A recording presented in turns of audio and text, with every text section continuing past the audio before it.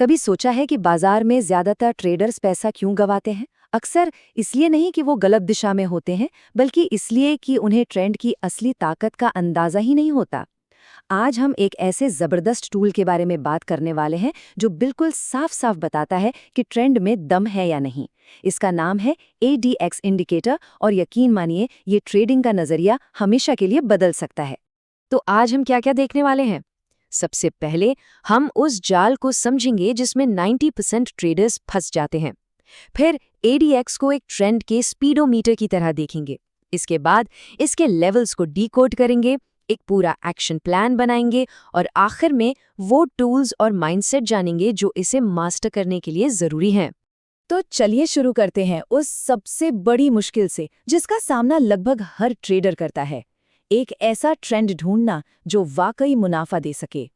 ये आंकड़ा देखिए, 90%। एक अनुमान के मुताबिक इतने ट्रेडर्स बाजार में अपना पैसा गंवा देते हैं।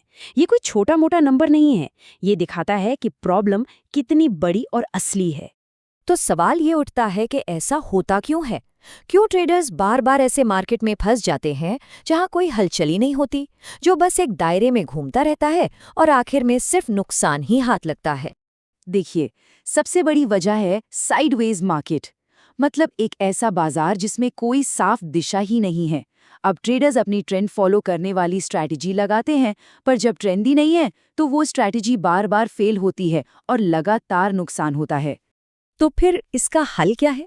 चलिए अब बात करते हैं समाधान की। एक ऐसा टूल जो खास तौर पर इसी समस्या को सुलझाने के लिए बनाया गया है, द एवरेज डायरेक्शनल इंडेक्स, या जिसे हम सब ADX कहते हैं। ADX यानी एवरेज डायरेक्शनल इंडेक्स। इसे 1978 में महान ट्रेडर जे वेल्स वाइल्डर ने बनाया था। और एक बात गांठ बांध लीजिए, ये इंडिकेटर ये नहीं बताता कि मार्केट ऊपर जाएगा या नीचे। ये सिर्फ और सिर्फ ये बताता है कि जो भी ट्रेंड चल रहा है वो कितना मजबूत है। इसे समझने का सबसे अच्छा तरीका है इसे एक कार का स्पीडोमीटर मानना। स्पीडोमीटर आपको गाड़ी की स्पीड बताता है, ये नहीं कि गाड़ी किस दिशा में जा रही है। ठीक वैसे ही ADX आपको ट्रेंड की स्पीड, उसकी ताकत बताता है। अगर ADX हाई है मतलब ट्रेंड फुल स्पीड में है, और अगर ADX लो है मतलब मार्केट में कोई दम नहीं है।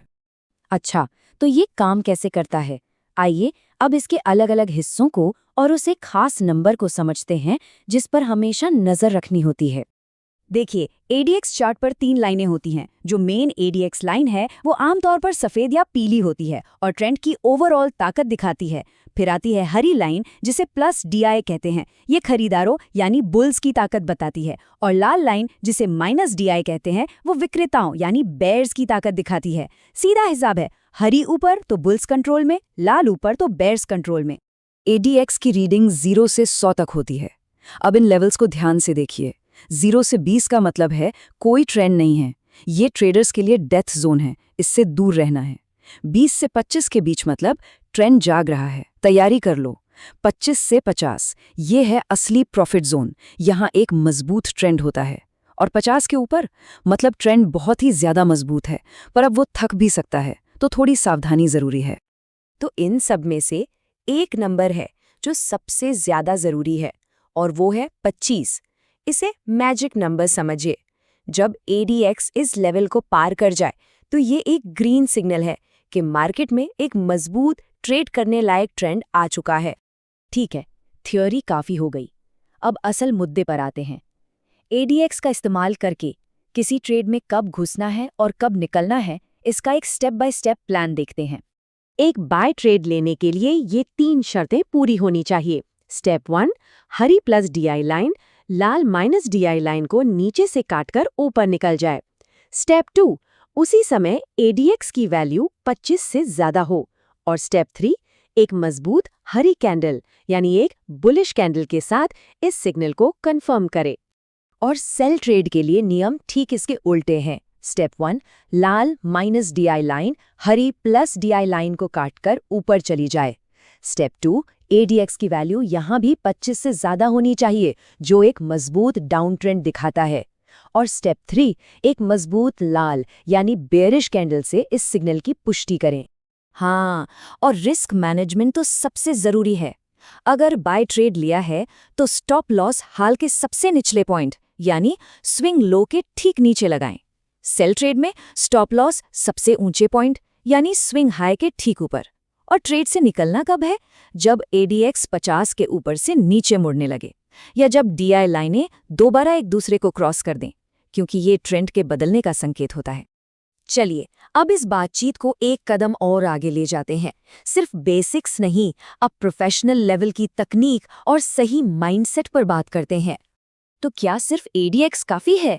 नहीं, एक प्रोफेशनल ट्रेडर इसे कभी अकेले इस्तेमाल नहीं करता। वो हमेशा इसे प्राइस एक्शन यानी सपोर्ट और रेजिस्टेंस के साथ मिलाकर देखता है। सोचिए, ADX बाय सिग्नल दे रहा है लेकिन कीमत ठीक एक बड़े रेजिस्टेंस लेवल पर है, तो समझदार ट्रेडर वहां ट्रेड नहीं लेगा। हमेशा अपने सिग्नल्स को कंफर्म करना जरूरी है। अब जरा उन दो सबसे बड़ी गलतियों पर नजर डालते हैं जो ट्रेडर्स ADX के साथ करते हैं।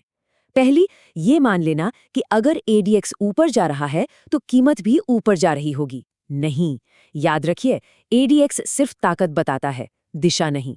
और दूसरी गलती, जब ADX 20 से नीचे हो, उस डेथ जोन में ट्रेडिंग करना। वहां कोई ट्रेंड नहीं होता, सिर्फ पैसा गंवाने का खतरा होता है। अब एक एडवांस्ड कॉन्सेप्ट समझिए, जिसे डाइवर्जेंस कहते हैं। अगर कीमत तो नया हाई बना रही है, लेकिन ADX का हाई पिछले हाई से नीचे रह जाता है, तो ये एक बहुत बड़ा वार्निंग सिग्नल है।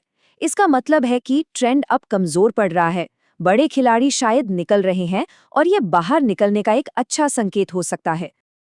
आखिर में ट्रेडिंग सिर्फ चार्ट्स और इंडिकेटर्स का खेल नहीं है, ये मनोविज्ञान का भी खेल है।